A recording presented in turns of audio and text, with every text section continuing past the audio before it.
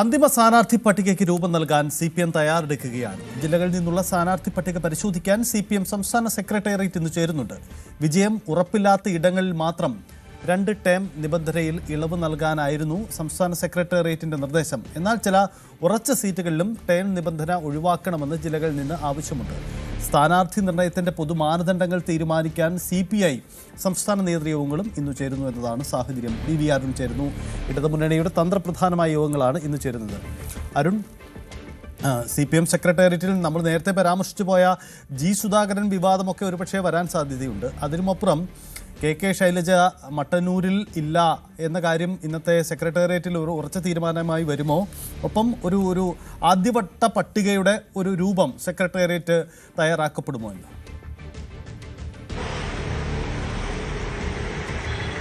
CPMന്റെ സ്ഥാനാർത്ഥി നിർണയം അവസാന ഘട്ടത്തിലേക്ക് കടക്കുകയാണ്. നേരത്തെ CPMന്റെ സംസ്ഥാന സെക്രട്ടേറിയറ്റ് തയ്യാറാക്കിയ ശുപാർശ ഇന്നലെ വരെ പല ജില്ലകളിലെ സെക്രട്ടേറിയറ്റ് യോഗങ്ങൾ ചർച്ച ചെയ്തു. ചിലതിലൊക്കെ മാറ്റങ്ങൾക്ക് നിർദ്ദേശമുണ്ട്.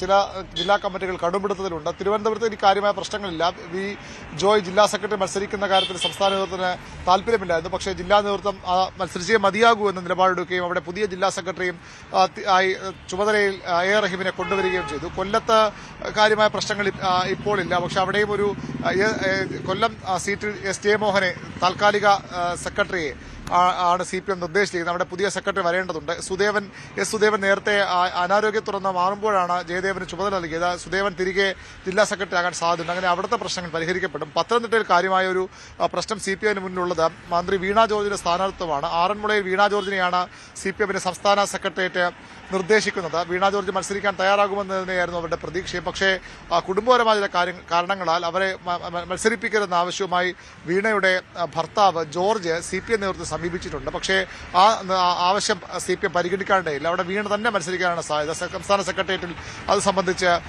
തോമസ് ഐസക് അദ്ദേഹം അവിടെ പങ്കെടുക്കുമ്പോൾ ലഭിച്ച വിവരം റിപ്പോർട്ട് ചെയ്യും.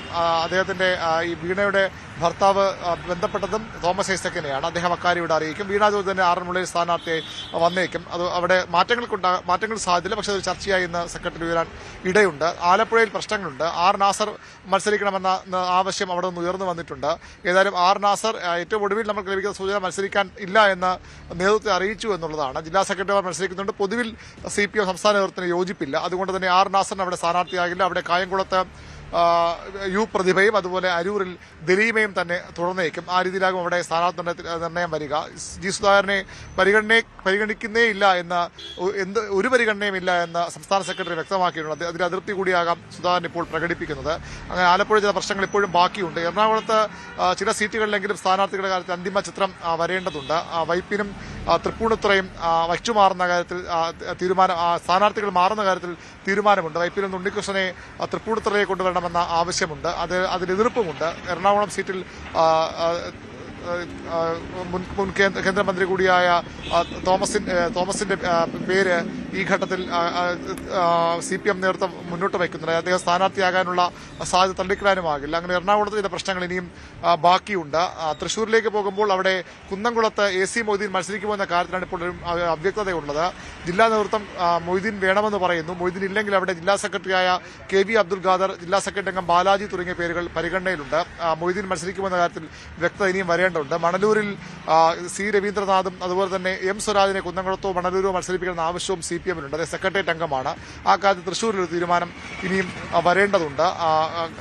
കോഴിക്കോടും A പ്രദീപ് കുമാറിന്റെ പേരൊക്കെ പറഞ്ഞു കേൾക്കുന്നെങ്കിലും ഇപ്പോഴത്തെ പട്ടിക അദ്ദേഹമില്ല. അദ്ദേഹം മത്സരിക്കുമോ എന്ന കാര്യത്തിൽ വ്യക്തത വരേണ്ടത്. മുഖ്യമന്ത്രിയുടെ പ്രൈവറ്റ് സെക്രട്ടറി കൂടിയാണ് പ്രദീപ് കുമാർ. പേരാമ്പ്രയിൽ ഇടതുമുന്നണി കൺവീനർ TP രാമകൃഷ്ണനെ മത്സരിച്ചേക്കും. പേരാമ്പ്ര സീറ്റ് ഇപ്പോൾ കേരള കോൺഗ്രസ് M ആവശ്യപ്പെടുന്നുണ്ട്. കഴിഞ്ഞ എടുത്ത കുറ്റ്യാടിക്ക് പകരം പേരാമ്പ്ര വേണമെന്ന ആവശ്യം അവർ മുന്നോട്ട് വയ്ക്കുന്നുണ്ട്. കണ്ണൂരിൽ KK ശൈലജയുടെ സ്ഥാനാർത്ഥം ഏതാണ്ട് ഉറപ്പിച്ചു കഴിഞ്ഞു. മട്ടന്നൂരിൽ DYFI സംസ്ഥാന സെക്രട്ടറി CPM സംസ്ഥാന സമിതി അംഗവുമായ VK സരോജ് മത്സരിക്കുമെന്ന് ഉറപ്പായിരിക്കുന്നു. അതുകൊണ്ട് തന്നെ പേരാവൂരിൽ KK ശൈലജ KPC അധ്യക്ഷനെതിരെ മത്സരിക്കും. തലശ്ശേരിയിൽ കാരായ രാജൻ ജില്ലാ സെക്രട്ടറി അംഗവും റബ്കോ ചെയർമാനും കൂടിയായ കാരായ രാജന്റെ പേരാണ് സംസ്ഥാന സെക്രട്ടേറിയറ്റും അതുപോലെ ജില്ലാ സെക്രട്ടറിയും ഒക്കെ അംഗീകരിച്ചത്. പക്ഷേ ഷംസീറിനെ മത്സരിപ്പിക്കുന്ന ആവശ്യം ഉയർന്നു വരുന്നുണ്ട്. അതെങ്ങനെ CPM സെറ്റിൽ ചെയ്യുന്ന കാര്യത്തിൽ വ്യക്തതയില്ല. അങ്ങനെ കണ്ണൂരിലും പരിഹരിക്കപ്പെടേണ്ട പ്രശ്നങ്ങളുണ്ട്. കാസർഗോഡ് കാര്യമായ സംഘടനാ പ്രശ്നങ്ങൾ ആ രീതിയിൽ അല്ലെങ്കിൽ സ്ഥാനാർത്ഥി തർക്കങ്ങളോ സംശയങ്ങളോ ആ രീതിയിലില്ല. ഇടുക്കിയിലാണ് മറ്റു പ്രധാനപ്പെട്ട പ്രശ്നമുള്ളത്. എം എം മണി മത്സരിക്കണമെന്ന ആവശ്യം അവിടെ നിന്ന് ശക്തമായി ഉയർന്നു വരുന്നുണ്ട്. പക്ഷേ കെ ജയന്ത് സംസ്ഥാന സെക്രട്ടറി കെ ജയന്തിന്റെ പേരാണ് സംസ്ഥാന സെക്രട്ടേറിയറ്റ് നിർദ്ദേശിക്കുന്നത്. എം എം മണിക്കും മത്സരിക്കാൻ താല്പര്യമുണ്ടെന്നാണ് അറിയുന്നത്. അക്കാര്യത്തിലൊരു തീരുമാനം ഇടുക്കിയിൽ നിന്ന് വരേണ്ടതുണ്ട്. വയനാടും കാര്യമായ പ്രശ്നങ്ങളില്ലാത്ത ഒരു ജില്ലയാണ്. കേരള കോൺഗ്രസ് ജനാധിപത്യ കേരള കോൺഗ്രസിലെ തിരുവനന്തപുരം സീറ്റ് ഏറ്റെടുക്കാൻ CPM ആലോചിക്കുന്നു. അവിടെ TM തോമസ് ഐസക്കിനെ മത്സരിപ്പിക്കാനാണ് തിരുവനന്തപുരം ജില്ലാ നേതൃത്വത്തിന് താല്പര്യം. പക്ഷേ അത് സംസ്ഥാന നേതൃത്വത്തിന് അനുമതി ലഭിച്ചിട്ടില്ല. ആ ഒരു പ്രശ്നം പരിഹരിക്കപ്പെടേണ്ടതുണ്ട്. കേരള കോൺഗ്രസ് എമ്മിന്റെ കാര്യം നേരത്തെ പറഞ്ഞു. അവരുടെ സീറ്റിന്റെ കാര്യത്തിൽ 13 സീറ്റ് നൽകാൻ കഴിയുമോ എന്ന കാര്യത്തിൽ സംശയമുണ്ട്. അതിൽ തീരുമാനങ്ങൾ വരേണ്ടതുണ്ട്. ഏതായാലും ഇന്നുകൊണ്ട് CPMന്റെ സ്ഥാനാർത്ഥി പട്ടികയ്ക്ക് ഏകദേശ രൂപമാകും. നാളെ സംസ്ഥാന സമിതി ചേരുന്നുണ്ട്. സംസ്ഥാന സമിതിയാകണം ഈ പട്ടികയ്ക്ക് അന്തിമ അംഗീകാരം നൽകേണ്ടത്. പക്ഷേ അവിടെ കൊണ്ടും നടപടിക്രമങ്ങൾ അവസാനിക്കില്ല.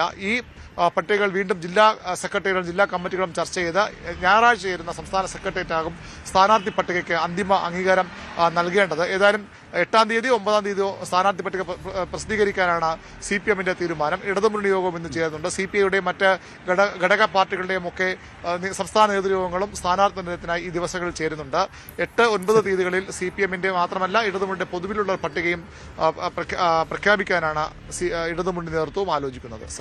ശരി, തിരക്കിട്ട ചർച്ചകളിലേക്കാണ് ഇടതുമുന്നണി കടക്കുന്നത്. വേഗത്തിൽ വരും. കോൺഗ്രസ് എന്തായാലും സ്ഥാനാർത്ഥി തെരഞ്ഞെടുപ്പ് പ്രഖ്യാപിക്കുന്ന ആ ദിവസം തന്നെ 24 മണിക്കൂറിനുള്ളിൽ ആദ്യഘട്ട പട്ടിക പുറത്തുവിടും എന്ന് കോൺഗ്രസ് പ്രഖ്യാപിച്ചിട്ടുണ്ട്. അതുകൊണ്ട് തന്നെ CPMവും ഗൗരവമായ തിരക്കിട്ട ചർച്ചകളിലേക്കാണ്. കേരള രാഷ്ട്രീയം തിരക്കിട്ട് നീങ്ങുകയാണ്. നിയമസഭാ തെരഞ്ഞെടുപ്പിൽ CPMന് മുത്തുപോലത്തെ സ്ഥാനാർത്ഥികൾ വരുമെന്നാണ് EP ജയരാജന്റെ പ്രതികരണം. സ്ഥാനാർത്ഥികൾക്കായി കാത്തിരിക്കുന്നുവെന്നും ജയരാജൻ പറഞ്ഞതല്ലേ, നല്ല മുത്തുപോലത്തെ സ്ഥാനാർത്ഥികളായിരിക്കും എല്ലാം.